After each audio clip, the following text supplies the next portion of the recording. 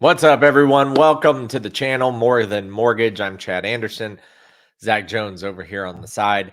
Appreciate you hanging out with us. And today we're kind of going into a little bit more math like we did early on in this channel or series, or kind of in our beginning steps of our journey, and breaking down something that comes up quite often. And it's the good old fashioned buy versus rent. So we're going to do some calculations there and kind of poke some holes in some things and compare the two, and give you some ideas and whatnot, and just food for thought type of thing. So first, though, what we want you to do is make sure you follow us on these socials here: YouTube, Instagram, and Facebook. Over here is there-ish. Microphone's in the way. Zach Jones Loans over here. This Chad is real. And make sure you follow us there. Again, like, subscribe, comment, download, hit the bell, DM, whatever, all of it. Reach out to us in some way, shape, or form. All right, so let's get into this buy versus rent.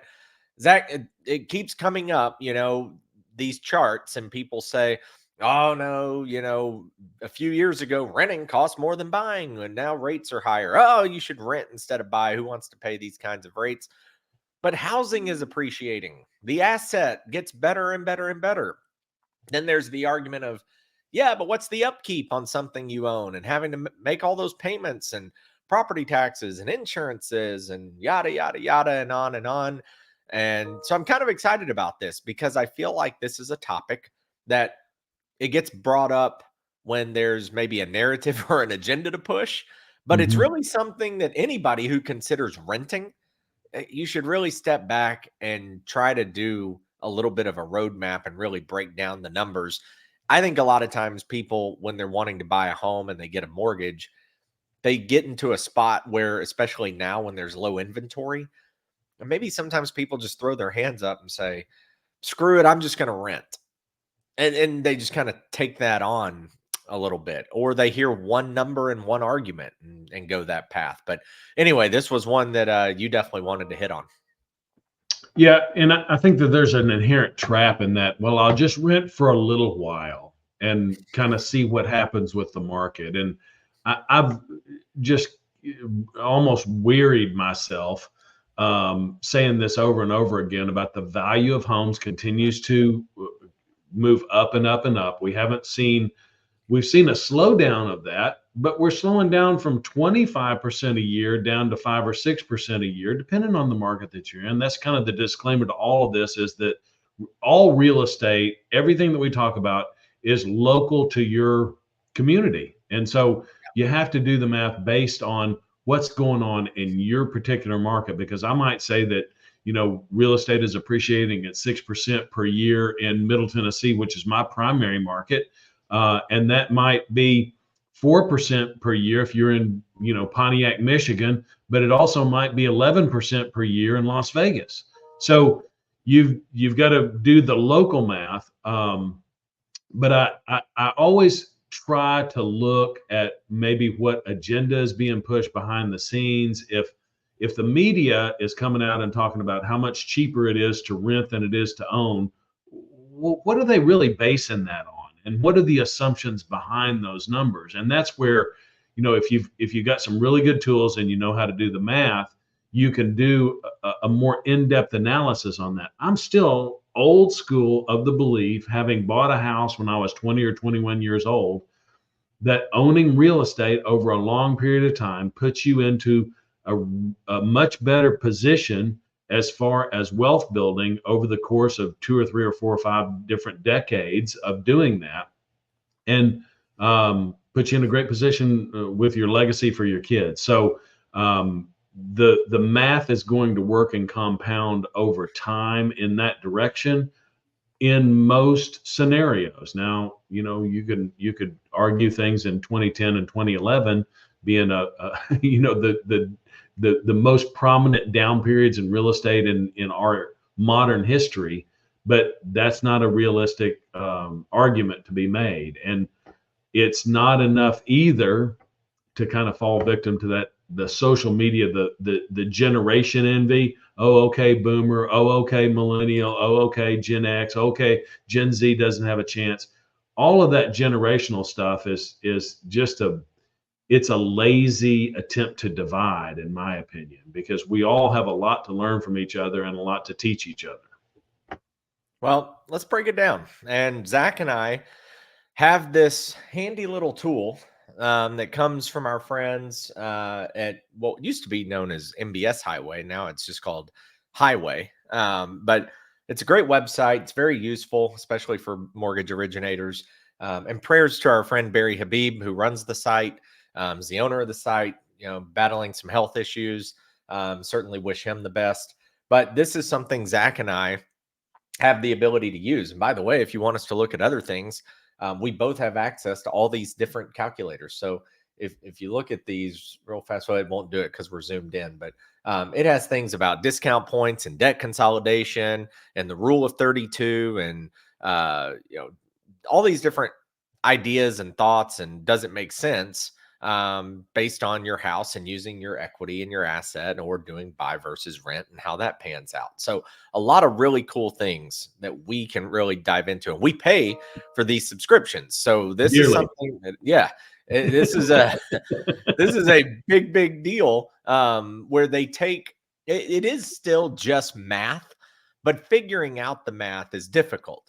And so this allows us to plug things in, and makes it very simple. So we're going to call this More Than Mortgage 28. Let's just use Franklin's zip code is fine. We'll go Williamson County here.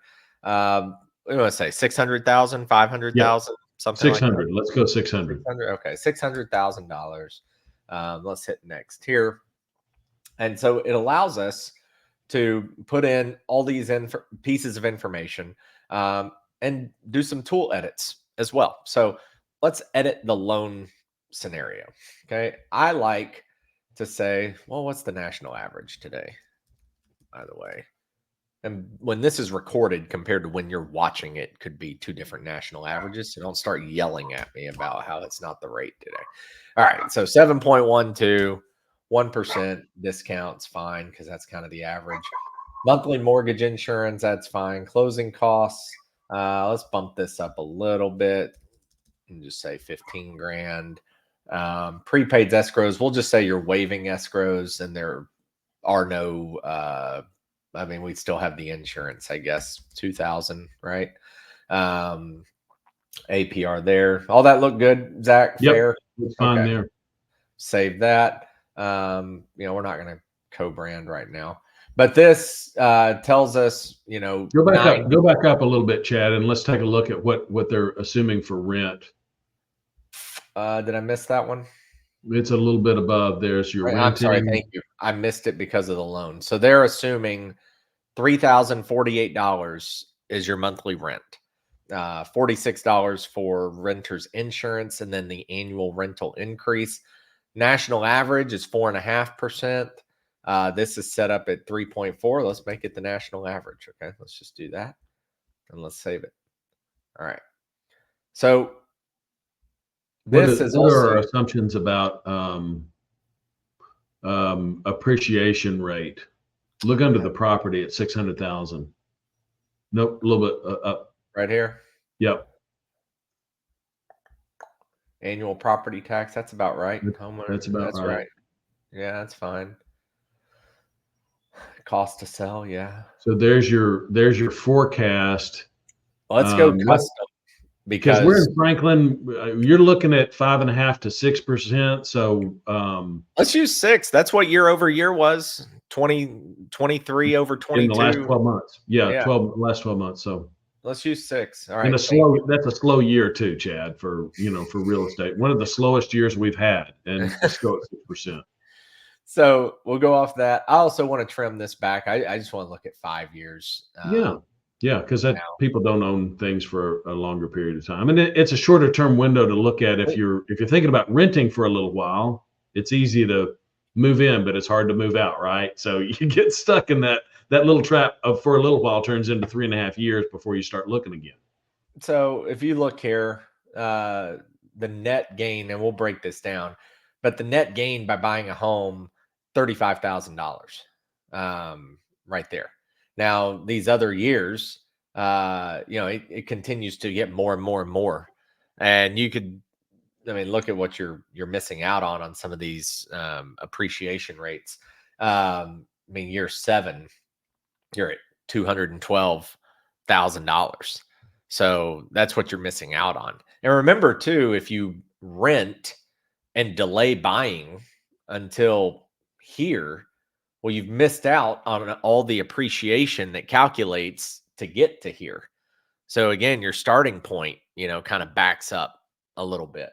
So appreciation gain, this is the 114. Your house is worth 714 after 3 years. You may say that's crazy. That's the fact. That's the number.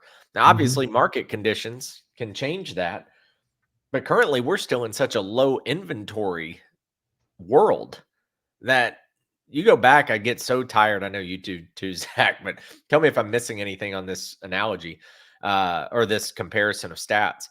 In 2008, there were 3.5 million homes for sale. Mhm. Currently, there's 1.1, and about half of those are either not built or under contract.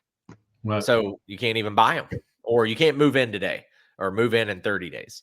Um, and again, taking into account some of that other stuff, like Well, being under contract. and I want to make that first number a little bit more meaningful. Appreciation gain of $114,000 in 3 years. That's $3,100 a month, Chad. Yeah. That's $3,100 a month that $600,000 asset is appreciating in value while you're living in it. Yeah. While you're Yeah, using the asset. Yeah. yeah, yeah. Yeah. Correct. So you can see here, there's a cash flow difference. There's a purchase closing costs that you'll have. That's if the seller paid for zero. Today's market, I mean, sellers aren't going crazy with paying for buyer closing costs, but you can get them to pay a little bit. I mean, I see sellers will still pay title, Sure. or something small comes out to be a few $1,000s credit. So that could even potentially be a little bit less. Um, the tax benefit, another $7,800 here. It also factors in the cost to sell, based on a future value of 714. So fair. They're, Right. they're So, figuring so that. your cost to own it is inclusive of your cost to liquidate the asset at full price, at full 6% commission to the agents. Correct. So now you have total rent here with your annual rent increase, total buying costs, based on this, and that's where you get your negative cash flow on the deal. You break it down to principal, interest, right here. Obviously, not pretty when you amortize over 30 years. Still, you come out ahead better with buying versus renting. And here comes the different breakdowns. So you can see that, yes, obviously buying costs more from a cash flow perspective. But again, we're looking at what do you come out ahead? And after 3 years, you're still 34, 35 grand to the positive. And 4 years, you're 72,000. Look at how quickly it accelerates after that first couple of years. So the point is that when you look at these, also one other thing I want to hit on real fast is that we're assuming here, well, if two things. One, if rates dip, you're going to refinance. So then this is going to come down. Refinance costs are significantly less than purchase costs. So this is going to come down, half a point, point and a half, whatever the market bears. But if rates drop, you're going to refinance. Also, if rates drop, you're going to want to refinance and you're going to get something better. But this right here is going to explode. That right there, that'll change. No.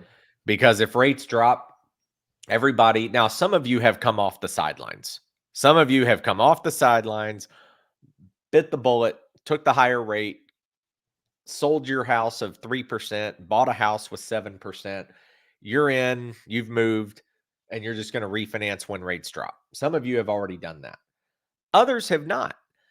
That's okay. If that's up to you. I don't push people into a decision, but from a math perspective, if you don't, there are still tons of people on the sideline. And when the rates aren't 7.1 anymore, then this right here is going to go up, up, up, up because the demand is going to explode. The demand's already there, but the activity is going to explode. Right. We've got pent up demand, and that's going to push prices up because if you've got 7 people who want the same property, we've we don't even have to. There's not any.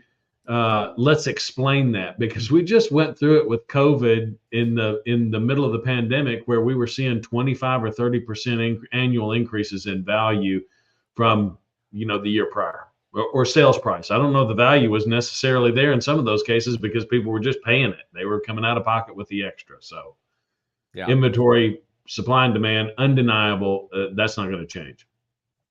So I guess, Zach, when you're talking to somebody, people say, yeah, but and here's the thing. This is why I say we got to look at numbers, and then we have to have a conversation and make an educated forecast on your future. And if you truly are just going to rent for 1 year and that's it and avoid buying, then okay, you save some money by doing so. I've had one customer in the last 9 years that I genuinely felt a little bit bad about. I didn't know this. She told me the day before closing that her job was going to relocate her in 12 months. And she can't believe she's about to buy a house now because she didn't see the amortization table that was in the disclosures. So she was like, I'm never going to pay this thing off. And I'm moving next year and I'm going to be underwater. Well, I told her the way to look at it is, hey, you at least have an investment property then, because you can rent it out and somebody else can pay your mortgage for you, and now you've got another asset.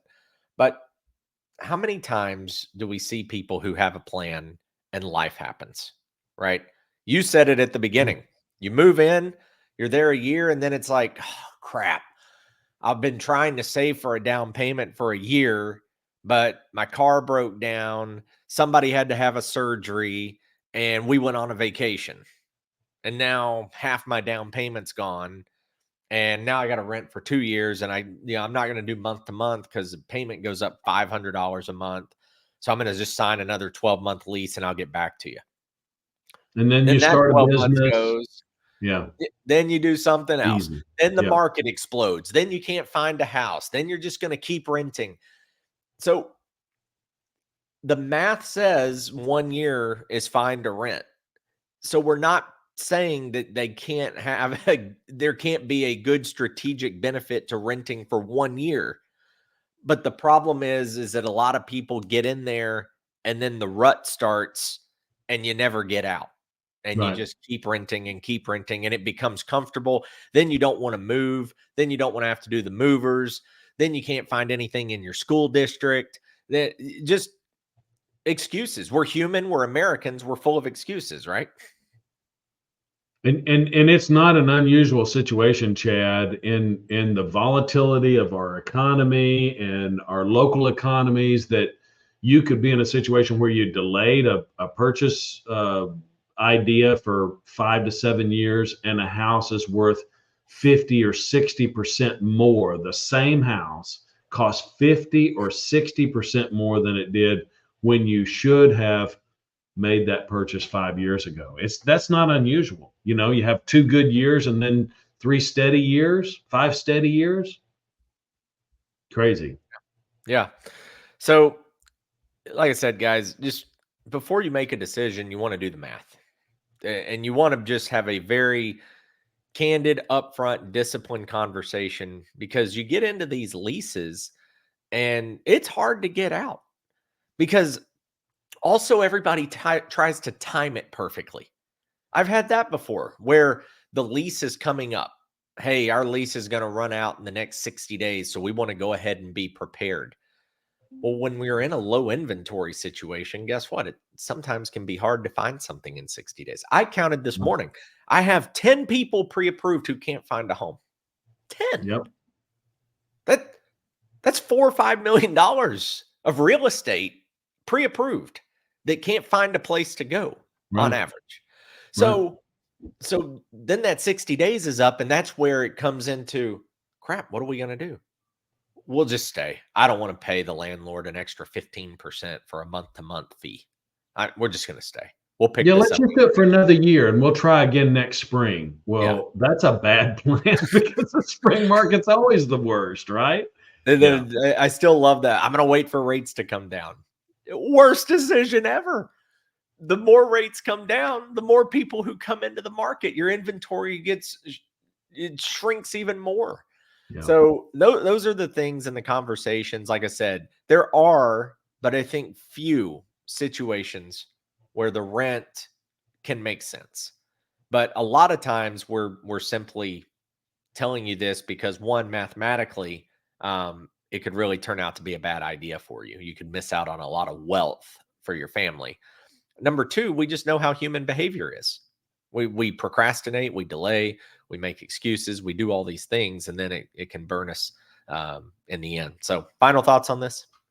Well, I love where you ended it because it's kind of all of this comes into a know thyself kind of formula, right? If I'm Yeah, somebody who is a procrastinator or who gets overwhelmed, I overthink things as a way to delay. If I get overwhelmed with to do lists like moving my entire life to a new residence, I'm going to find things to kind of blame or to cover. And so I think that I love these calculators because if you're leaning on this idea of, oh, the financial timing isn't right, I want to wait until rates fall. I think that there's going to be a crash in real estate values.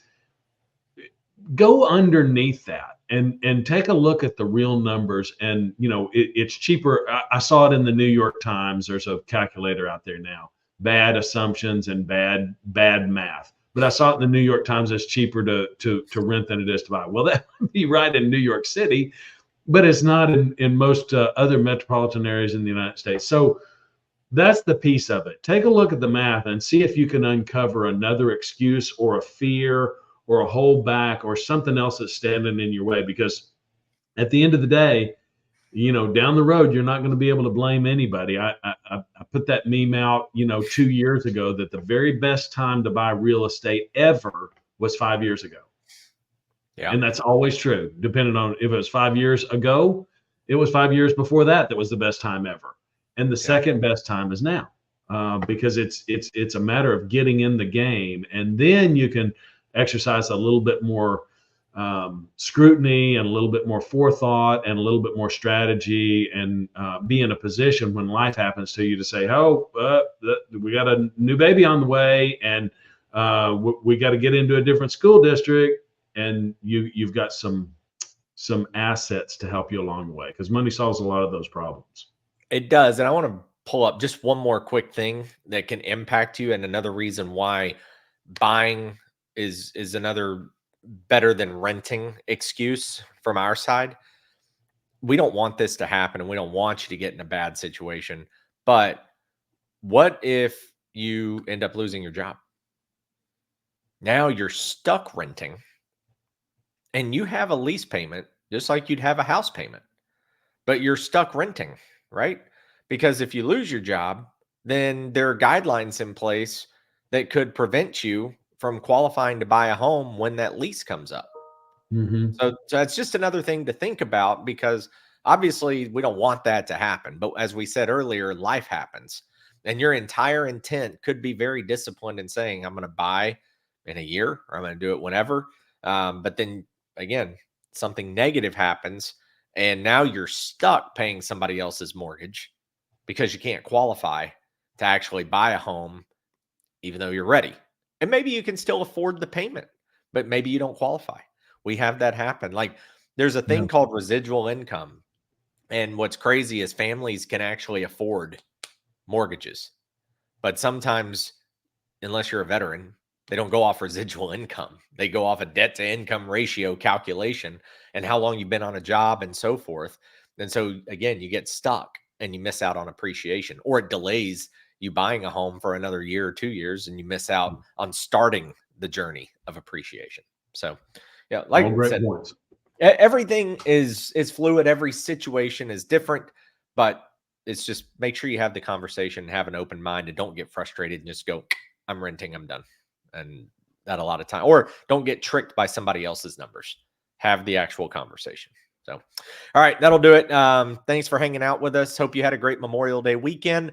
The month of June is upon us, just a few days away. Hard to believe that we are a little more than 30 days away from being halfway through 2024. That's nuts Crazy. if you think Yeah. about it. Really insane. And also, kudos to all the realtors and the loan officers and the consumers who have endured this market over the last 2 years, Mhm. coming out of what was insane the prior 2 years. And now we're at the other end of the spectrum. So kudos to everybody for just hanging in there in what's been quite the roller coaster over the last 4 years. So, all right, download, subscribe, like, follow, hit the bell, comment, DM, do all the things. Follow us on the socials. Zach Jones Loans. This Chad is real. Appreciate you hanging out. For Zach, I'm Chad. We'll catch you next week. Thanks for joining us.